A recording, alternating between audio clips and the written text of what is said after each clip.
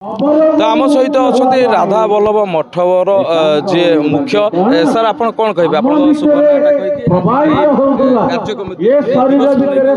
महंत रामकृष्ण दास राधा वल्लभ मठ पुरी आमर चंद्रभागा ये जो आज पवित्र स्नान जोग रही माघ सप्तमी अवसर में तेणु ये हूँ गोटे एक पवित्र दिन जपरी भगवान श्रीकृष्ण भगवान राम जन्मतिथि थाए तेणु सूर्यनारायण आज जन्मतिथि तेणु आज दिन में भगवान सूर्यनारायण यही अर्क क्षेत्र में प्रथम मंदिर प्रतिष्ठा करा यही क्षेत्र में भगवान श्रीकृष्ण पुत्र सांब रोग मुक्त होते सूर्यनारायण आराधना करी तेणु आज तिथि की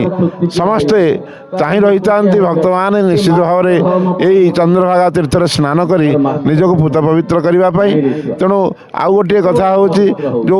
आमर पुष्करिणी अच्छी तीर्थ पुष्करिणी तार पुनरुद्धार निश्चित भाव में होगा दरकार एवं ओडिशा सरकार से सजग रुहतु गंगा गंगा जाऊँच भक्त मैंने गंगा को किपरि भाव में उत्तर प्रदेश सरकार क्लीन कर आज गोटे साधारण पुष्करिणी तीर्थ पुष्करिणी जहाँफल से ठीक भाव में सफा हो पारना ता दुखर विषय तेणु ताकू सरकार आगामी दिन में चिंता करूँ। तो बर्तमान आम जो आसी पहुँची गलु प्रसाद शेष हो जाइए भाई मैंने गामुचा फामुचा गुड़े ठिया कहीं समय भोर 4टा बाजिला गाधे को जीवे कहीं ठाकुर गाधेला मनीष मैंने स्नान करेंगे देखिपे राधा वल्लभ मठ पूरी तरफ प्रसाद वितरण चली आम भाग्य तो ना आम यदि रात 10टा 11टा भर आज हाँ भल ना आपंकर कौन संग्राम राय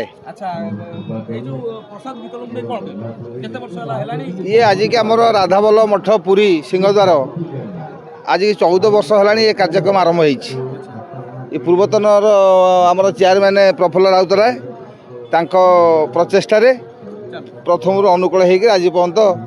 चली रही प्राय 30-40 हजार लोगों खेचड़ी व्यवस्था कराए बहुत साधु सन्त मैंने आसती सत्संग हुए प्रवचन हुए तीर्थराज समुद्र हो आमर जो रही जो ठाकुर स्नान कलापर सब भक्त मैंने स्नान करेंगे से बाबद सब महात्म्य वर्णना कराए आज 30-40 हजार लोगों खेचड़ी व्यवस्था करा सका ना आम 7टारू स्टार्टिंग करागला किंतु सब पिले आमर सब आमर मठ मठर गोटे कॉलेज अच्छी आमर बैरपुर रे राधा वल्लभ महाविद्यालय सेठारू सब लेक्चर माने पिला माने सब आसते सहयोग करने समस्ते रहीकि आ पूरा आज समस्ते आनंद और पूज्य महंत महाराज ये गोटे भल प्रयास जमी गोटे चालू बोली धन्यवाद।